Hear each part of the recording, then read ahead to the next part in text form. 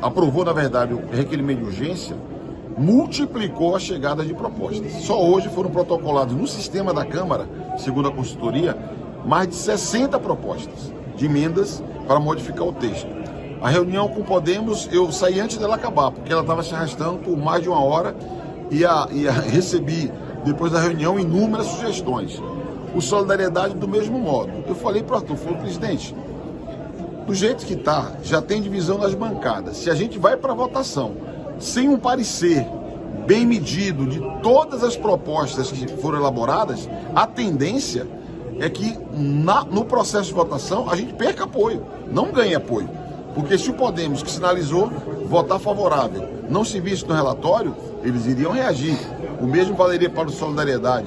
Até mesmo com a bancada do PT, eu tive que fazer reunião hoje para discutir. Então, eu acredito que eu fiz o apelo ao presidente para retirar de pauta, porque eu considero que depois da aprovação do regime de urgência,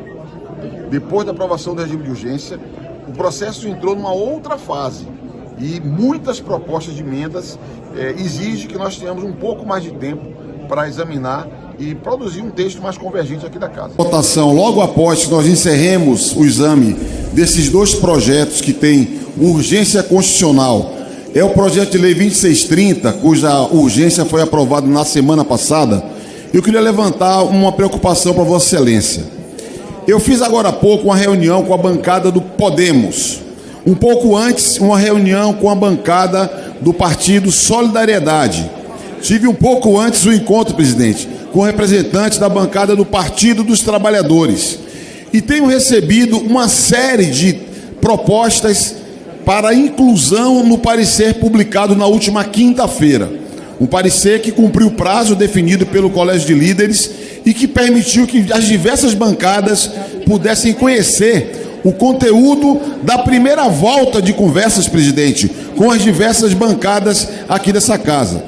Como o senhor sabe, no parecer publicado quinta-feira, eu retirei a ideia de termos uma entidade autônoma de supervisão.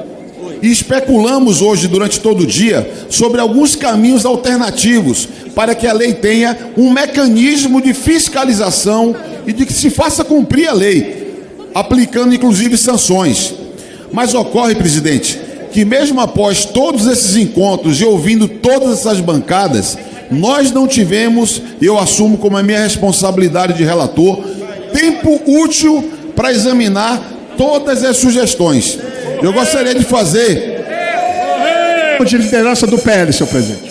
Eu gostaria de fazer, presidente, um apelo a Vossa Excelência, se Vossa Excelência, consultando os líderes ou usando a prerrogativa de presidente, se pudesse retirar da pauta de hoje para que pudéssemos consolidar a incorporação de todas as sugestões que foram feitas, de modo a que possamos ter uma posição que unifique o plenário da Câmara dos Deputados no movimento de combater desinformação, garantir liberdade de expressão, responsabilidade para as plataformas e transparência na internet. Esse é um tema, presidente, que não é do governo nem é da oposição, é um tema do Brasil. E aqui não pretendo, presidente, me permita, fazer gincana, mas produzir o melhor texto possível.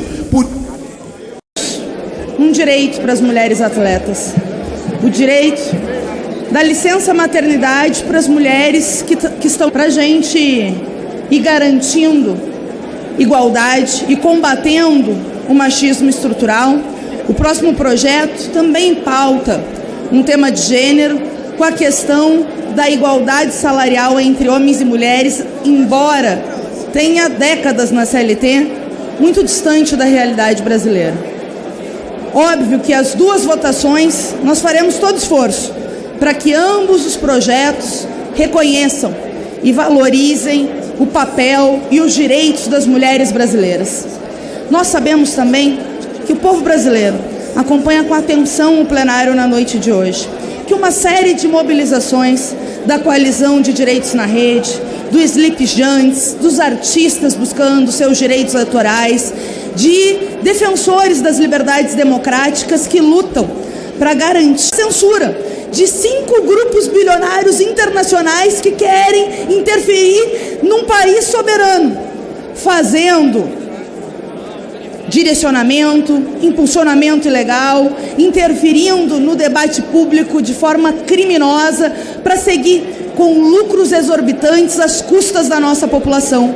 E nós queremos dizer a todos que nos acompanharam que é preciso seguir a luta e a mobilização, que enquanto o relator busca incorporar as sugestões de bancadas, de parlamentares que se debruçam sobre o tema, nós temos um desafio social de unificar todos, todas e todes que sabem a necessidade de garantir transparência, liberdade de expressão para o usuário, mas combater os crimes de violência, combater os crimes de ódio contra mulheres e contra a comunidade LGBT, combater a desinformação que custa vidas, como custou, infelizmente, com o negacionismo da Covid, promovido por alguns, que custa vidas, como custou o linchamento de uma mulher da Baixada Santista, vítima de uma fake news, que custa vidas com um aplicativo, uma plataforma não querendo dar dados de grupos neonazistas que tinham vinculação com um ataque nas escolas, na creche de Blumenau, que vitimou crianças.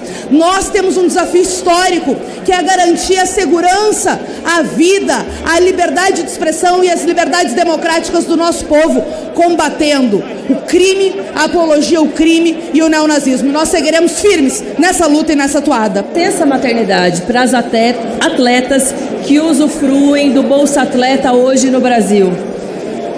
Segundo a nossa Constituição, homens e mulheres têm direitos iguais, mas a gente sabe que não há igualdade de condição para que as mulheres participem de todos os espaços, inclusive do próprio mercado de trabalho, deputada Benedita, justamente pela tripla jornada. Inclusive há muitos empregadores que não pagam salários iguais para homens e mulheres, considerando já que elas têm essa dupla jornada, porque vão precisar se ausentar em algum momento para cuidar dos seus filhos. E bem, a licença maternidade foi uma conquista das mulheres brasileiras, mas que ainda não é assegurada para aquelas que estão na informalidade, para aquelas que estão sob regime de CLT, são de apenas 4 meses, para aquelas trabalhadoras intermitentes, terceirizadas, esse direito não é cumprido. E mais, se discute pouco no Brasil o conceito da parentalidade, que eu acho que é uma discussão que a gente precisa enfrentar aqui no Congresso Nacional. Eu sou autora de um PL que já avançou na Comissão do Trabalho e na Comissão de Seguridade Social, que é o Estatuto da Parentalidade, que prevê 180 dias de licença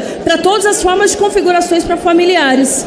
Quando são 2 mães, são 2 pais, são famílias adotivas, quando se trata de mães solo que geralmente contam com a ajuda, com a parceria, o companheirismo de uma outra mulher da sua família para dividir os cuidados nesses primeiros meses de vida. Todas essas configurações precisam ser asseguradas por lei. E nós esperamos que nessa legislatura nós possamos avançar em todas essas modalidades. Por isso eu queria saudar demais a iniciativa para a gente avançar com esse projeto do dia de hoje.